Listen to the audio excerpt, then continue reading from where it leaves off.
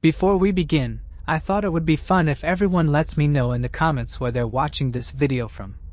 And while you're down there, don't forget to subscribe. Now let's start today's episode. Donna Mako. In 1984, 19-year-old Donna Mako was living with her family in New Jersey. Despite her young age, she balanced two exciting jobs, working as a legal secretary during the week while pursuing part-time modeling with hopes of going professional. Donna was a striking blonde, someone everyone wanted to be around, but her beauty never overshadowed her kindness. She lived on Cherrybrook Lane in East Windsor with her mother, Betty, stepfather, Ronald, and younger sister, Julie. Julie not only looked up to Donna but aspired to be just like her one day. The family's eldest sister, Toni, had recently moved out, making Donna's presence at home even more cherished. Her parents allowed her some independence by giving her the basement to live in, complete with a separate entrance, letting her come and go as she pleased. However, this very setup would play a crucial role in the tragic events that followed. It was February 26, 1984, a quiet Saturday night at home. Donna had no particular plans but needed to run an errand for work the following morning. 14-year-old Julie arrived home and noticed her sister's car parked in the driveway, signaling that Donna was home. Excited for some quality time, she eagerly joined her in the basement, where they spent the night watching horror movies together until the early morning hours. By 2:45 a.m., Julie was ready to call it a night, so she headed upstairs to her room, leaving Donna alone watching TV. Meanwhile, their mother, Betty, and stepfather, Ronald, were already asleep in their bedroom, and Julie soon drifted off as well. There was no indication of any disturbance or struggle. The next morning, when Donna didn't show up at the breakfast table, her family assumed she had left for work to take care of some office-related tasks. Before I continue, I want to remind you that only a small percentage of people who watch my videos are actually subscribed. So if you enjoy my content, consider subscribing. It's free and you can always change your mind later. Now let's move on with the video. Since Donna often came and went on her own schedule, they thought little of her absence. The rest of the day passed uneventfully, and soon, dinner time arrived. At that moment, Betty's concern turned into fear.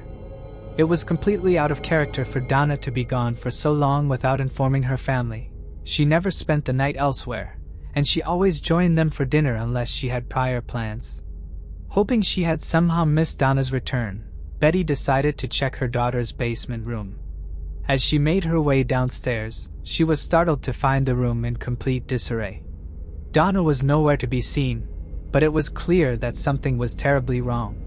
The normally tidy space had been ransacked, with items haphazardly strewn about. Signs of a struggle were unmistakable. Then, in the corner of the room, Betty's eyes landed on something truly horrifying, a pile of bloody clothes. Overcome with panic, she immediately called the police, regretting that she hadn't checked sooner. As the investigation unfolded, authorities located Donna's car about a mile from her home. The black four-door 1979 Chrysler was abandoned on the side of Millstone Road near the Cranberry border, its doors all left wide open. But the most chilling discovery was inside. Bloodstains covered the vehicle, deepening the mystery of Donna's disappearance. Blood covered nearly every surface of the vehicle, from the upholstery to the ceiling, painting a grim picture of what might have transpired. Inside the car, officers discovered Donna's wallet, money, credit cards, and driver's license. None of her valuables were missing. Both the blood from her basement room and the car were sent for laboratory analysis. A detailed examination of her room yielded additional evidence. Male DNA was found on some of Donna's clothing. It was clear that an intruder had entered her room and forcibly taken her. The presence of the unidentified male DNA raised terrifying possibilities, including assault and, even worse, the loss of Donna's life. Tests confirmed that all the blood found in both locations belonged to Donna.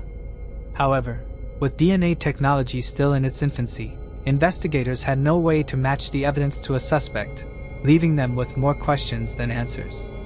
With no solid leads, Donna's whereabouts remained a mystery, and the case went unsolved for months. Her family was left in agonizing uncertainty, wondering where she could be.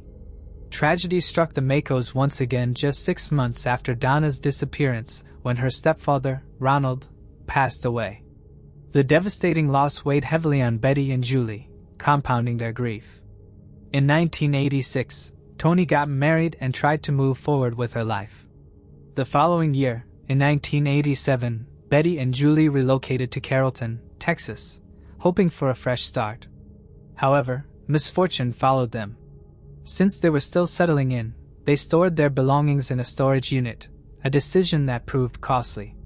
The unit was broken into, and among the stolen items were 16 boxes containing Donna's possessions, erasing even more pieces of her life. Mementos, photographs, precious memories were lost. This is a very interesting point because normally a burglar would not take photographs or files. Betty became grief-stricken after losing her husband and not knowing where her Donna was. In 1990, she passed away as well. Julie was 20 years old when her mother passed. As she took her last few breaths, Betty made Julie promise to never give up on Donna's case, to find her no matter what. A decade later, the sisters finally had an answer, not necessarily one they liked. On April 2, 1995, 11 years after Donna vanished without a trace, an unexpected discovery was made. A Boy Scouts troop commander, while leading an expedition, stumbled upon a partially dressed skeleton concealed in thick underbrush. The remains were wrapped in a carpet in a wooded area near a cranberry farm. It lay eerily close to the spot where Donna's car had been abandoned years ago. Authorities swiftly responded, and using dental records, they confirmed the remains were indeed those of Donna Mako. The medical examiner initially concluded that she had passed due to a gunshot wound to the head. But back at the lab, a more thorough examination revealed that it was blunt force trauma. Donna Mako's case went from a missing persons case to a slaying. Unfortunately, that was the only progress, a separate classification. The authorities at the time had no idea who did this to Donna. Julie slowly rebuilt her life. She found love, got married, and raised 3 children while checking up regularly on New Jersey police regarding her sister's case. A few years later, in February 2013, Toni, now married as Toni Bartz, passed away as well. She was buried in Little Elm, Texas, where she spent her married life. Toni never did know who took her sister's life so brutally. But a decade later there was new hope. In February 2022, nearly 40 years after the tragic events, the authorities decided to reopen the investigation into Donna Mako's case. Their first step was to send all the original evidence to the Central Regional Laboratory of the State Police of New Jersey. This included DNA samples and fingerprints collected from the scene. In a remarkable breakthrough, the authorities announced in April 2023 that they had identified Nathaniel Harvey as the person responsible for taking the life of Donna Mako. Harvey, a man with a long history of criminal activity, had already passed away in prison. The crucial evidence came from the male DNA found in Donna's apartment during the initial investigation in 1984. This trace, which had no innocent reason to be there, ultimately led to the long-awaited resolution of the case. It was revealed that Harvey, who worked on the cranberry farm, who had been a person of interest initially, was the perpetrator all along. Officers at the time were unable to build a case against him as there was no DNA technology involved at the time. Harvey was arrested for a series of abuses many times over the years, but one thing that put him behind bars was a horrendous crime he committed in June of 1985. A 37-year-old widow named Irene Schnaps was found slain in the bedroom of her Plainsboro apartment. Her body was discovered by a coworker who, concerned after several days without contact, decided to check on her. Investigators concluded that Irene had been fatally struck on the head with a metal object. They found a bloody fingerprint on her pillow and a footprint on the floor, evidence that painted a grim picture of the crime. The lack of forced entry led the police to believe that Irene's attacker was someone she knew. This line of thinking directed their suspicion toward Peter, a neighbor known to have feelings for Irene. However, despite their initial focus on him, no substantial evidence was found linking Peter to the crime. He was eventually cleared as a suspect. Attention then shifted to Nathaniel Harvey, a notorious criminal known for breaking into homes and attacking women. During questioning, detectives noted that Harvey's shoe size matched the footprint found at the crime scene. Additionally, they discovered a Seiko watch belonging to Irene in Harvey's car. After 3 days of intense interrogation, Harvey confessed to taking her life. However, a critical error occurred. The confession was not recorded. Harvey later recanted his confession, claiming he was not involved in Irene's demise. Despite this, the evidence against Harvey was compelling enough to convict him. He was sentenced to life imprisonment for Irene's slaying. Harvey remained in prison from his arrest in 1985 until he passed away in February 2020 in Southwood State Prison despite multiple appeals. Julie Mako is now Julie Berger. She was 54 years old and a grandmother. She had also been an elected official who served on the council in the town of New Fairview, Texas. She was not expecting to find out the truth about her sister when she got that phone call from New Jersey police. Julie remained connected with people from East Windsor through the Heights Town High Memorial page on Facebook, using it as a platform to keep her sister's case alive. At times, she couldn't help but feel guilt, wondering if things might have turned out differently had she stayed up with Donna that night. But deep down, she knew that as a young girl herself, she may not have been able to prevent what happened. She may have even lost her own life. For years, the family sought answers through trackers, private investigators, and even psychics, desperate to uncover the truth about their beloved Donna.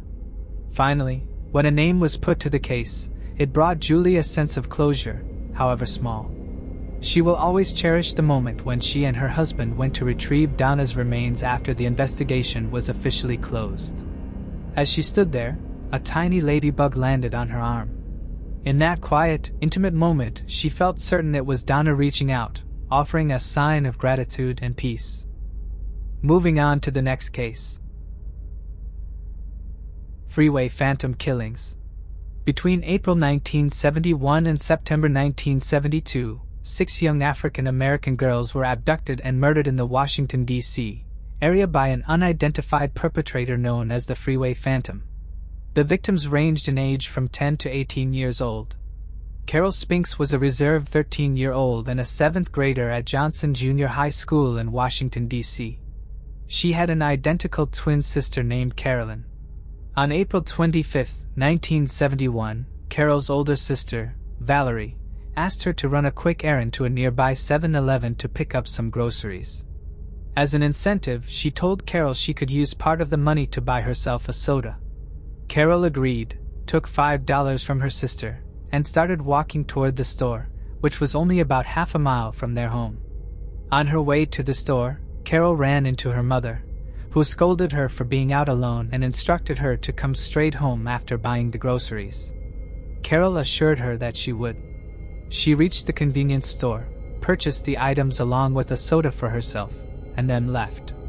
A neighborhood child later recalled seeing her walking back home, carrying a bag of groceries. However, at some point during that short walk, she vanished. When Carol failed to return home that night, her family immediately reported her missing. Relatives and volunteers searched the area but found no trace of her. 6 days later, an 11-year-old boy discovered her fully clothed body dumped along the Anacostia Freeway. An autopsy revealed that she had been sexually assaulted and strangled. The examination also showed that, before her death, she had suffered multiple blunt force injuries to her face. Carol's body also bore multiple cuts, particularly on her face, torso, and arms. The autopsy indicated that she had been deceased for 2 to 3 days. Investigators suspected that her abductor had kept her alive for some time, as her stomach contained traces of citrus fruit, suggesting she had been fed before her death.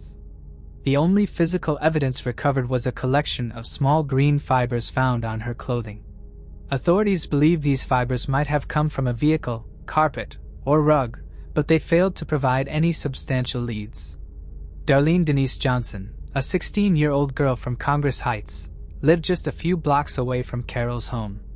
She had recently taken a summer job as a counselor at the Oxon Hill Recreation Center. Each morning, she walked to work along the same street where Carol had disappeared. On the morning of July 8, 1971, at around 10:30 a.m., Darlene said goodbye to her mother before leaving for work.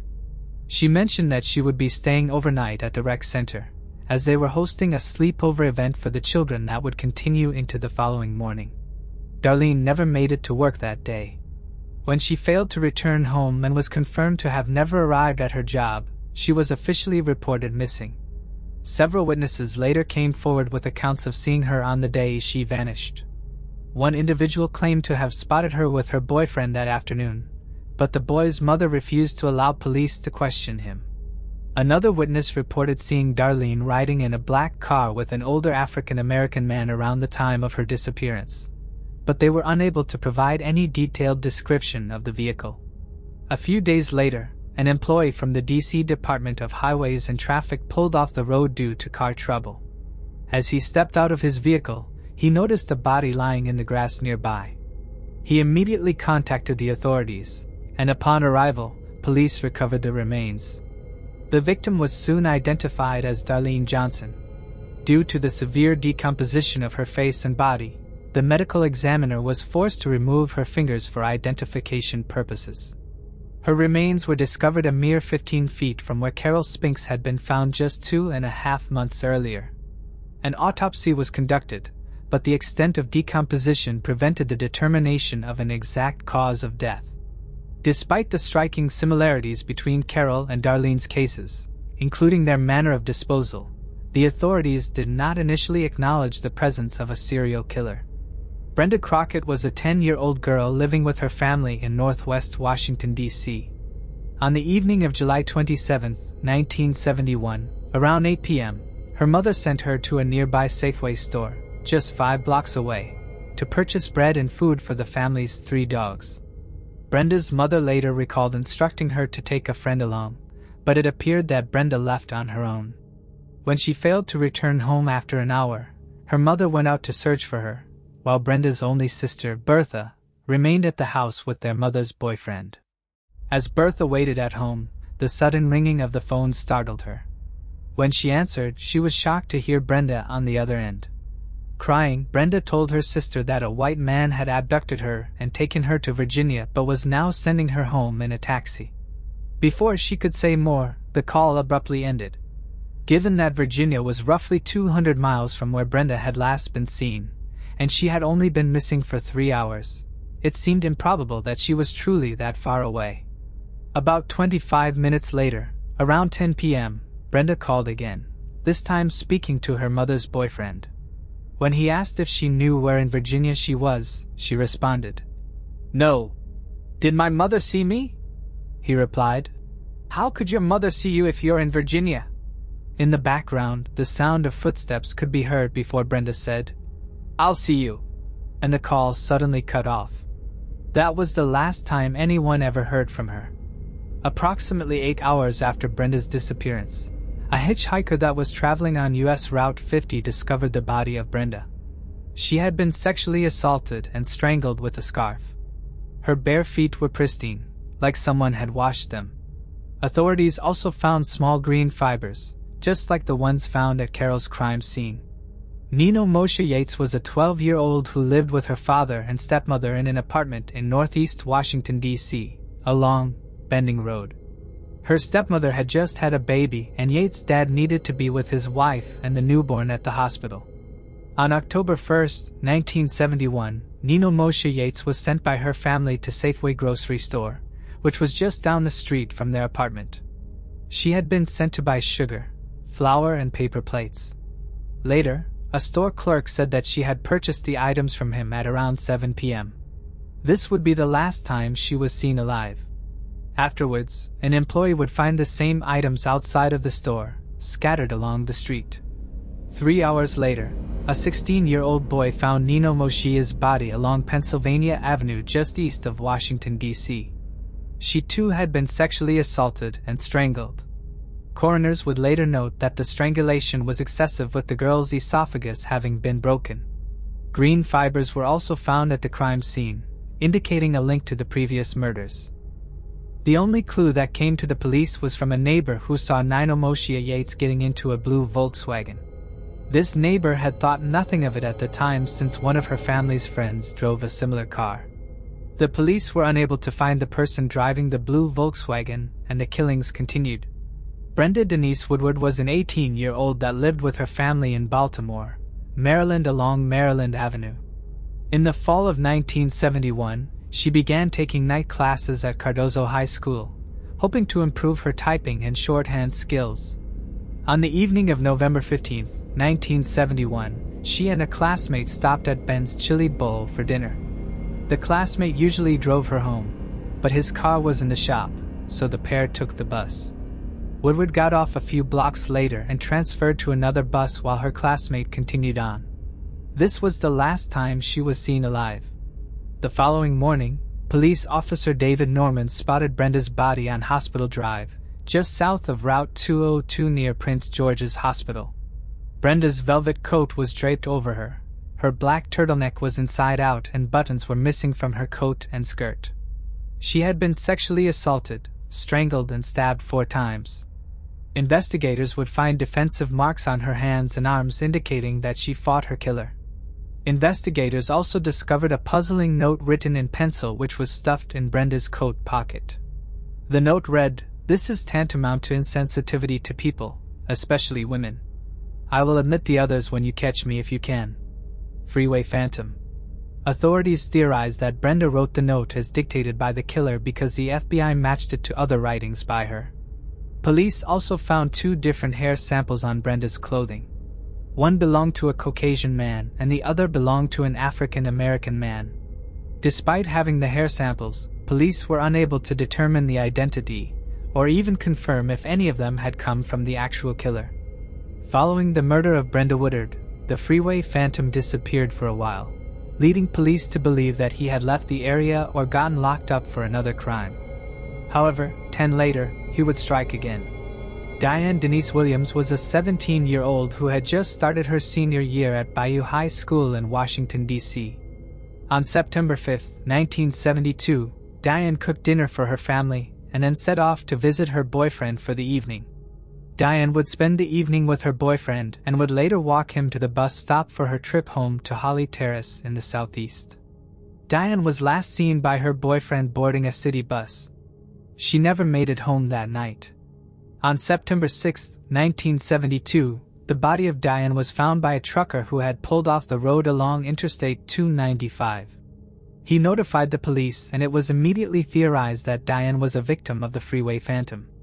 An autopsy revealed that Brenda had been strangled, though there were no indications of sexual assault. Oddly, her shoes had been removed and placed neatly beside her, with the name, Diane, written on the bottom of one of her white sneakers. Despite the absence of sexual assault, authorities discovered semen on her clothing but initially dismissed its significance, assuming it belonged to her boyfriend from the previous night. However, her boyfriend firmly denied any sexual activity, insisting that nothing had happened between them. It wasn't until the discovery of the 4th victim, Nino Moshe Yates, that authorities officially connected the cases, and the media dubbed the unknown perpetrator the Freeway Phantom. At this stage, the FBI also became involved. Prior to that, the Metropolitan Police Department of the District of Columbia had been leading the investigation. By 1974, an FBI task force was established to handle the case. With a sizable team, they were able to conduct numerous interviews, interrogate multiple suspects, and pursue various leads. However, despite their extensive efforts, no definitive conclusions were reached. All of the victims shared striking similarities. They were African American females between the ages of 10 and 18, living along the Washington Beltway. Each had been abducted while walking, and their bodies were later discarded near major roadways, including highways and interstates. Additionally, all of the victims were small and petite, leading investigators to suspect that the killer may have perceived them as being within the same general age range. One of the primary suspects was Robert Askins, a computer technician with a dark past. In 1938, he had been convicted of poisoning a prostitute with potassium cyanide, a crime that made him a person of interest in the Freeway Phantom case. In 1938, Robert would be sent to St. Elizabeth's Hospital until he was mentally fit enough to stand trial. In 1952, he was finally convicted of the murder. He spent the next few years in prison until he was freed in 1958 after his sentence was overturned on a legal technicality. Later, police would interview Askins about his involvement in an unrelated crime where he abducted a 24-year-old woman at gunpoint and then sexually assaulted her. It was at this point police learned about his previous prison time and started to connect him to the Freeway Phantom murders. Not only did Askins seem to commit a similar crime in the vicinity of the Freeway Phantom murders, but he lived and worked in the region. Askins also seemed to match the Freeway Phantom's criteria set by the police. He was a middle-aged black man that lived in the neighborhood, he had a proclivity for targeting similar victims, and he harbored a violent grudge against women. In March of 1977, authorities got a search warrant for Askins' house. When they searched Askins' row house, they found the appellate court's opinion from his previous conviction. This written opinion used the word tantamount, the same word used in the note found in Woodard's pocket, and an odd word for someone to use. It was found that Askins was known to use the word when attempting to stress the importance of matters related to his work. They also found soiled women's scarves, photos of girls and young women, a knife used in another crime, and an essay from a young girl. Another warrant was issued a month later, allowing police to search Askins' vehicle. They found 2 buttons and a gold earring under his back seat.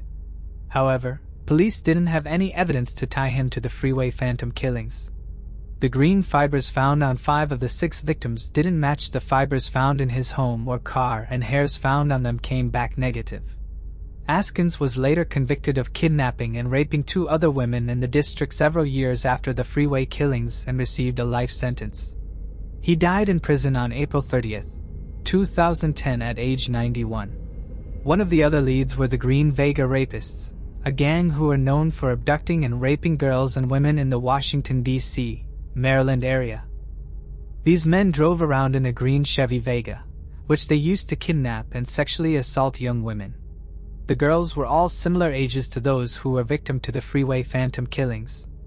The Green Vega gang members were individually interviewed by homicide detectives at Lorton Prison in Virginia, where the gang members were serving sentences for their unrelated crimes. During these interviews, one gang member initially implicated another gang member who he said told him he was involved and gave information about one of the Freeway Phantom murders. This particular inmate was also serving a sentence at Lorton Prison for the Green Vega convictions. The inmate being interviewed said that he would provide the information only if they kept his name out of it, which was agreed upon. The inmate then gave investigators information about the Freeway Phantom crimes, which he alleged were perpetrated by a member of the Green Vegas.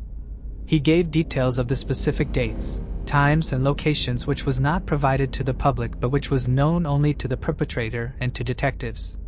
The inmate who provided the information said he was not involved in the homicide and provided an alibi which was found to be verifiable. During this period, an election was being held in Maryland, and one of the candidates publicly announced to the press that a break had occurred in the Freeway Phantom investigation and provided that an inmate at Lorton Prison had given the information. Following that revelation, the inmate who had initially come forward with information abruptly refused any further interviews and completely retracted his previous statements. With no additional leads or viable suspects, the case gradually went cold. It remained dormant until February 2001, when authorities officially reopened the investigation. However, it was soon discovered that, over the years, the original case file from the DC police had been lost, along with much of the physical evidence. At present, investigators have access only to FBI records and documents from Maryland law enforcement agencies, though even those files are incomplete.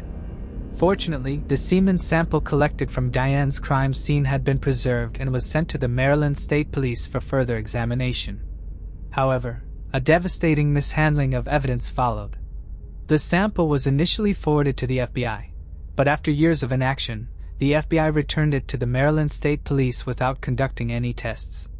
Since then, the DNA evidence has not only remained untested, it has gone missing altogether. With most of the critical information and physical evidence either lost or mishandled, the likelihood of ever solving the Freeway Phantom murders has diminished significantly, leaving the case shrouded in uncertainty. Moving on to the next case. James Adamski.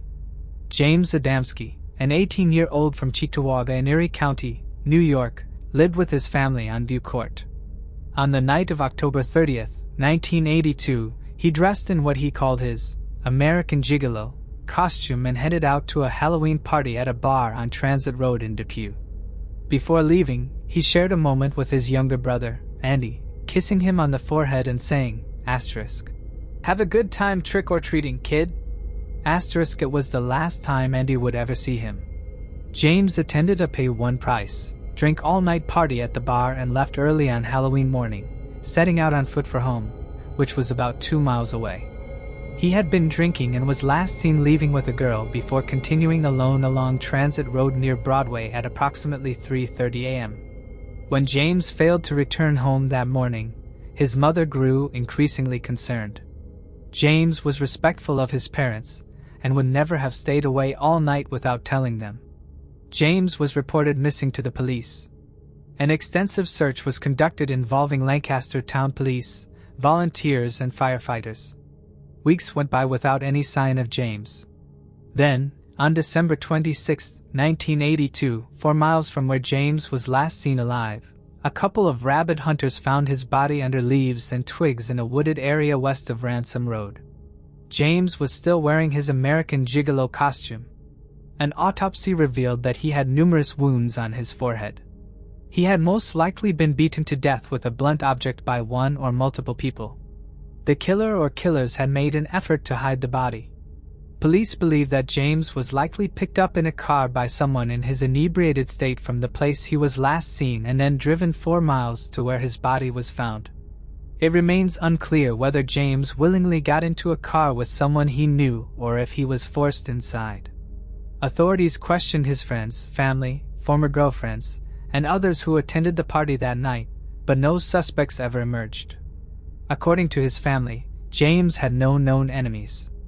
Investigators did uncover that most attendees at the party had been drinking heavily, and at some point, James was involved in an argument at the bar. However, there was no evidence to suggest the dispute led to violence later that night. The bar James visited has since closed. His clothing was submitted for DNA analysis, but the results yielded no new leads. To this day, the case remains unsolved. Moving on to the next case. Lu Yongbiao. On November 29, 1995, 2 men checked into a house in Huzhou, a city in northern Zhejiang province, China. Their plan was to rob the other guests staying at the retreat, but things took a deadly turn when one of the guests caught them in the act. Desperate to avoid getting caught, the pair resorted to the ultimate crime, murdering the witness using clubs and hammers. But the violence didn't end there. To eliminate any potential witnesses, they went on to kill the guest house owners, an elderly couple, as well as their 13-year-old grandson. The crime scene was a gruesome sight.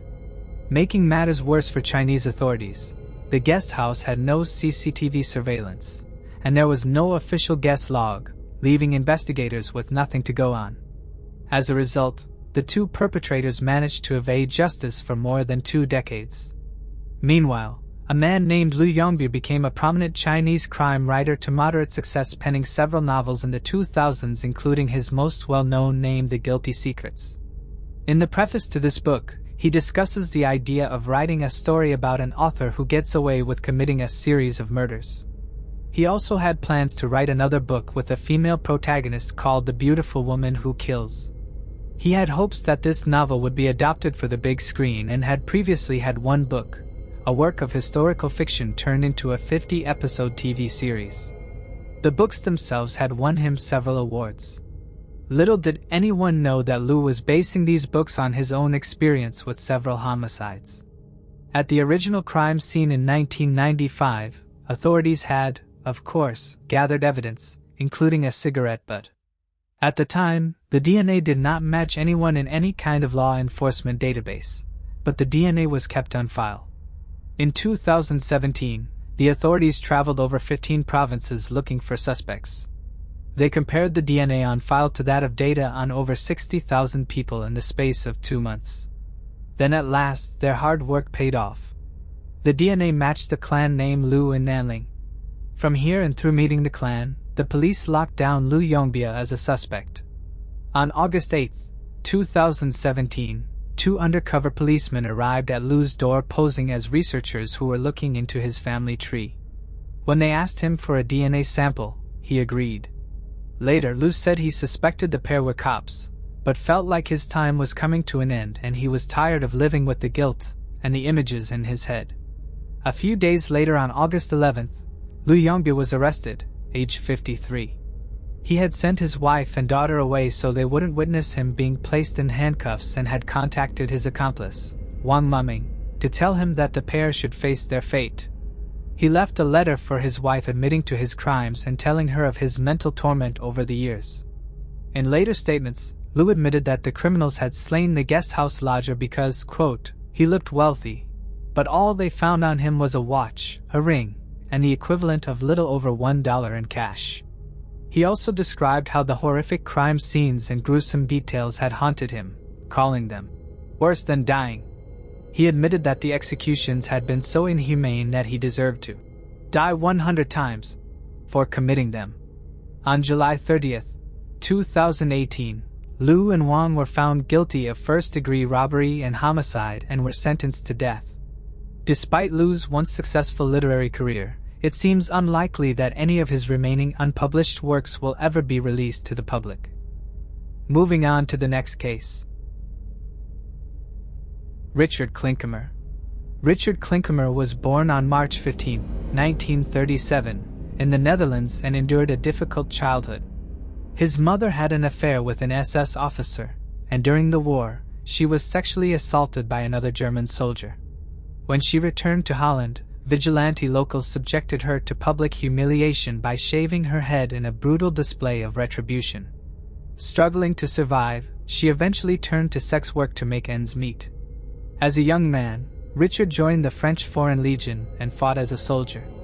Later, as an author, he drew inspiration from his real-life experiences in war and petty crime to craft his books. His military background was particularly evident in his debut work, Obedient as a Dog, where he stated that the first lesson in the French Foreign Legion is learning to kill, and the second is learning how to dispose of a body. Though his writing career never completely failed, it also never brought him widespread fame, and he remained relatively unknown in his home country. By the time Richard met Hanny Godfrin, he had already been through one failed marriage. Hanny, a pediatric nurse, became deeply infatuated with her new partner, despite him being 10 years her senior. She carried her own tragic past. At just 9 years old, in July 1957, she discovered her mother's lifeless body. Maria, 46, had been murdered by Hanny's father, who first threw her down the stairs before brutally striking her with a hammer. For a time, Richard and Hanny shared a happy marriage, but as financial troubles mounted, Richard turned to heavy drinking. His alcohol abuse soon escalated into physical violence against his wife. Whenever he became aggressive, Hanny would seek refuge with friends, but each time, she inevitably returned to him. In 1991, Hanny vanished from their home in Honderidge Wolf. When Richard reported her disappearance, he claimed to have found her bicycle abandoned near a train station. According to The Guardian, a thorough investigation followed. Police searched the house, brought in dogs, used infrared scanners, and even excavated the garden, but no trace of the missing woman was ever discovered. This didn't stop police suspicions, however, especially when friends told of the domestic abuse that had taken place in the last few years. Richard was brought in for questioning several times and even detained once, but without concrete evidence, police couldn't bring charges against the writer. A year after the disappearance of his wife, Richard went to a publisher with a new manuscript which detailed 7 ways in which he could have killed his wife. The book was called Wednesday Mince Day, and it set out various scenarios in which one might murder their spouse. One reportedly involved the killer running pieces of flesh through a meat grinder and feeding it to the pigeons. The manuscript was ultimately rejected for being too gruesome. At this time, Richard's publisher began to have his own suspicions that Richard was involved in the disappearance of his wife, but when he asked the writer, Richard apparently responded with, quote, "It's not yet the time to talk about it." In 1997, Richard sold the home he'd shared with Hanny and moved with his new girlfriend to Amsterdam. Details of the writer's gory manuscript began to leak to the underground Dutch press, and Richard began to enjoy more success than ever when he was asked to appear on some TV shows. Richard seemed hardly bothered that people thought he was involved with his wife's disappearance. In fact, he seemed to enjoy it, often answering accusations with cryptic remarks and dark jokes. Then 3 years later in February, the new occupants of the house decided to get rid of the shed in the garden. Workers who were renovating there found a human skull and skeletal remains beneath the concrete floor in the garden shed. It was the evidence that the Dutch authorities had been waiting for nearly a decade. Dental records confirmed that the remains belonged to Hanny. On February 3, 2000, age 62, Richard was finally arrested for the execution of his 43-year-old wife.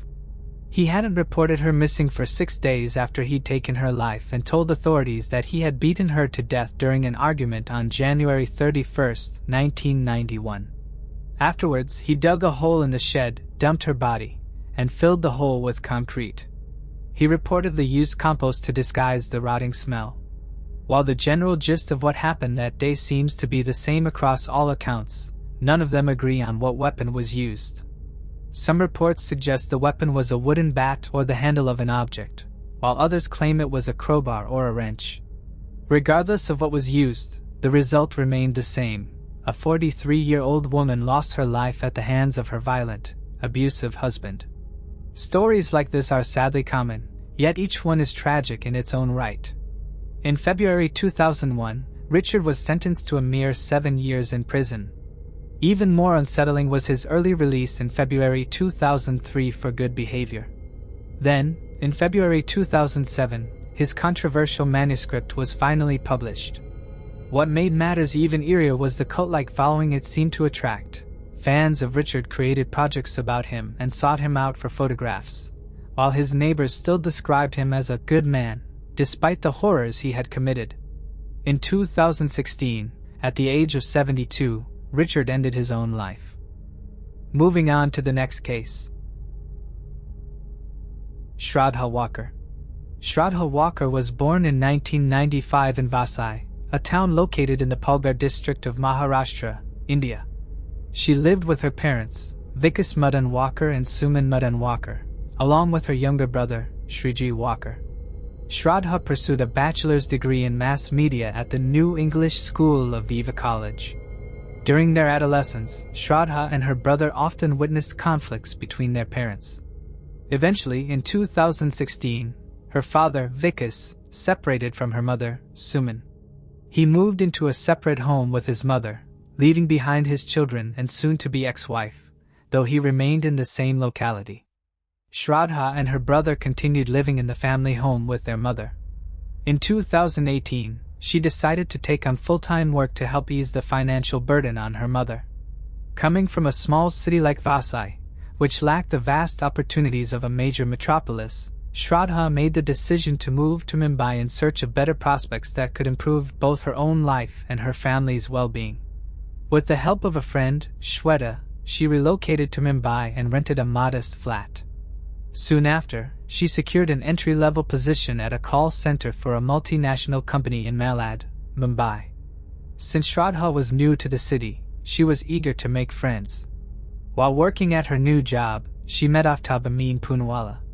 The details of their initial encounter remain unclear, with some sources claiming they connected through the dating app Bumble, while others suggest they met directly at work.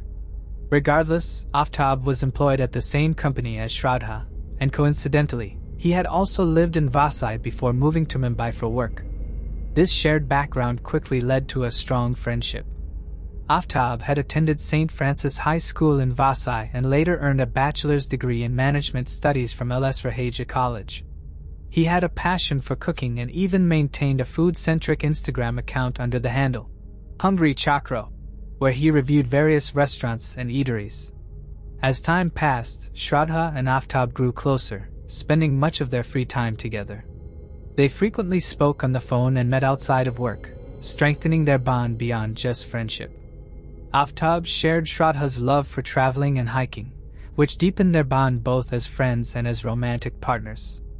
As their relationship grew stronger, they made their relationship official, and Aftab eventually asked Shraddha to move in with him. They soon took out a lease together on a flat in the Kini complex in Nalasopara East. In 2019, Shraddha decided to visit her mother in Pulgar. During her visit, she opened up about her relationship with Aftab, telling her mother that she was in love with him and that they were officially living together. She also expressed her desire to marry him. However, Shraddha's mother disapproved of the relationship. In a later interview, Shraddha's father recalled, "My daughter told my wife in 2019 that she wanted to be in a live-in relationship with Aftab Poonawala. My wife and I advised her against it because I am Hindu, and that boy is Muslim." Shraddha's father firmly stated, "We don't do interreligious marriages." This led to a heated argument between Shraddha and her parents. Frustrated, she stormed out of the house, declaring, "I am 25 years old now, and I have every right to make my own decisions." After that, Shraddha returned to Mumbai and severed all contact with her family. Her mother made several attempts to reach out, trying to convince her to reconsider her relationship with Aftab. Despite these efforts, Shraddha remained resolute in her decision to stay with him, determined to marry him regardless of her family's disapproval. In January 2020, tragedy struck when Shraddha's mother passed away from natural causes. Shraddha returned home for the funeral, and during this visit, she confided in her father that she had been fighting with Aftab and that he had been physically abusive. However, she added that Aftab always apologized afterward, and things would eventually return to normal. Her father urged her to leave Aftab and move back to Vasai, but Shraddha refused. She insisted that Aftab was not a bad person and that, despite everything, she still wanted to marry him. The relationship between Shraddha and her father had been strained ever since he moved out. She refused to speak with him, and the only glimpses he had into her life came from her social media posts. After her mother's funeral, Shraddha returned to her flat in Mumbai. In total, she spoke to her father only 3 times after her mother's passing, the third call being the last conversation they ever had. Though Shraddha had cut direct contact with her father and brother, they still kept track of her through her online presence. She was active on Instagram and WhatsApp, frequently posting photos of food and drinks, and regularly updating her WhatsApp status. From these posts, her family could at least see that she was doing okay. With no family support, Aftab became the only emotional pillar in Shraddha's life. Aftab remained by Shraddha's side after her mother's death, and according to one of her friends, she often spoke about their complicated relationship. In an interview, the friend recalled, "Shraddha used to tell me that Aftab would cook for her, even feed her with his own hands. But she also told me how the same man would thrash her brutally at other times." Their arguments frequently revolved around financial struggles. Shraddha worked and covered most of their living expenses, while Aftab largely stayed home, unable to hold down a steady job. Their relationship was further strained by Shraddha's accusations of infidelity. She reportedly caught Aftab talking to other women on dating apps multiple times, leading to heated confrontations. However, after every fight, Aftab would apologize, and Shraddha would eventually forgive him.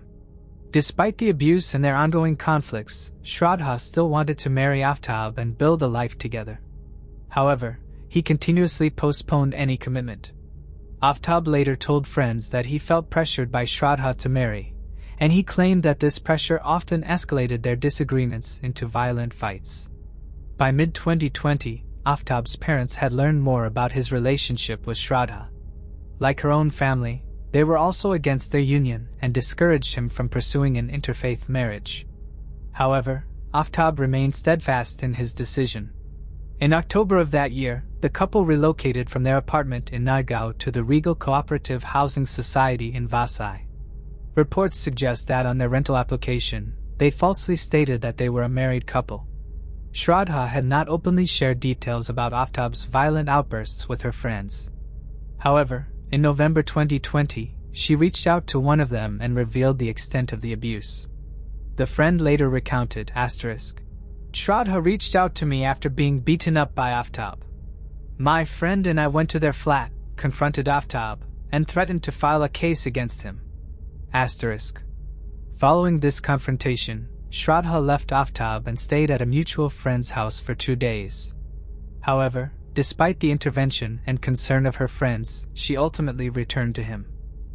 I do not know what influence he had on her, but one thing was clear: she loved him and was emotionally dependent on him. On November 21, 2020, after being assaulted yet again, Shraddha went with a friend to Tulunj police station in Nala Sapara to file a complaint. In the complete letter to the police, Shraddha said that Aftab had been abusing her and beating her, and said that he even attempted to kill her through suffocation.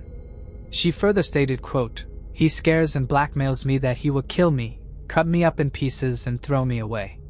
It's been 6 months that he has been hitting me, but I did not have the guts to go to the police because he would threaten to kill me."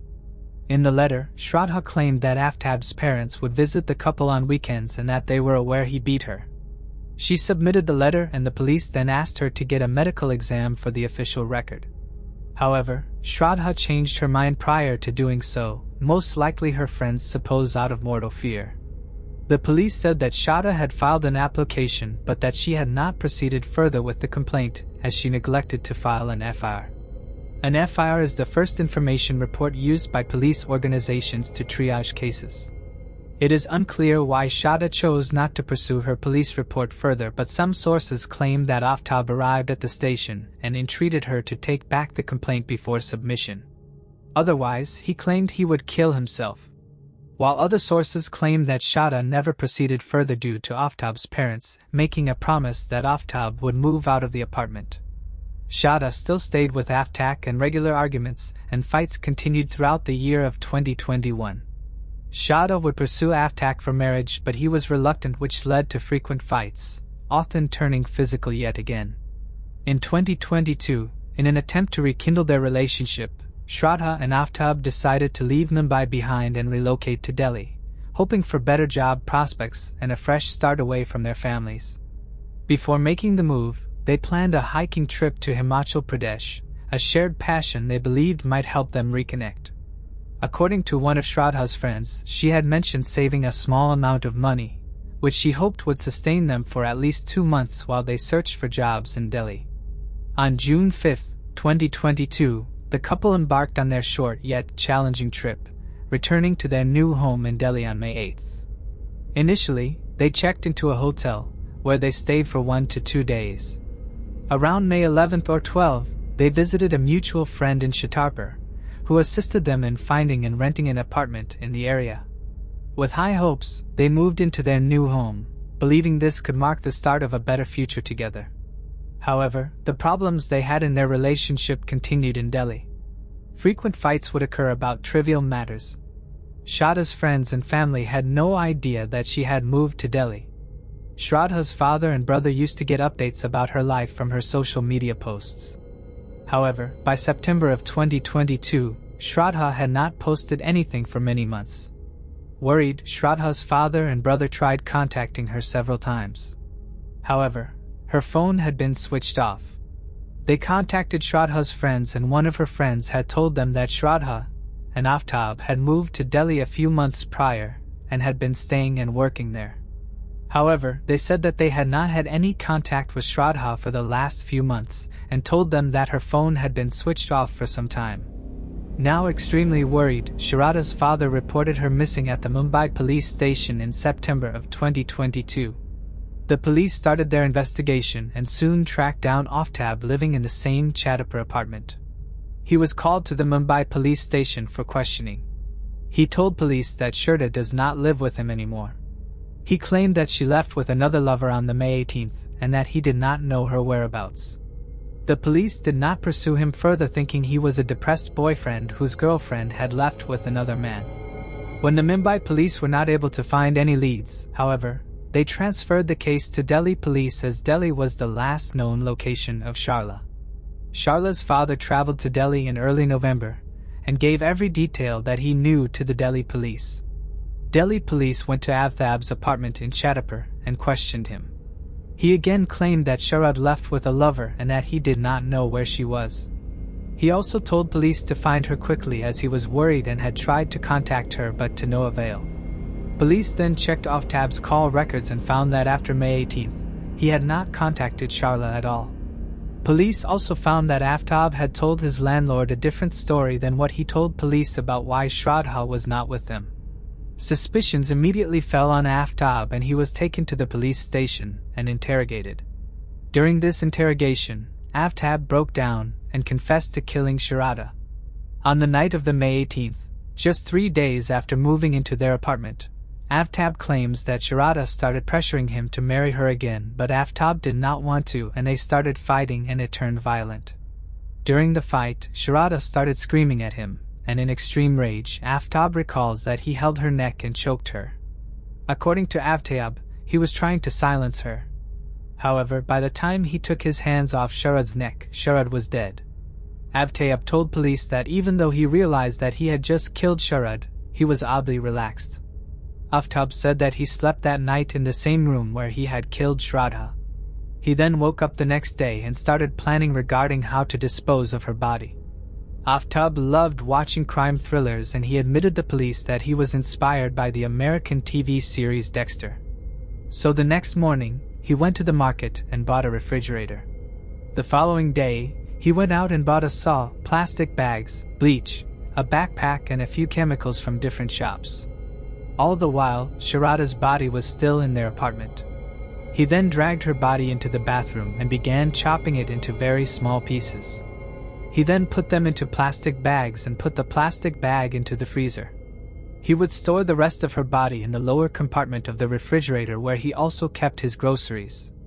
To mask the smell in the apartment, he lit several incense sticks and used disinfectants and chemicals.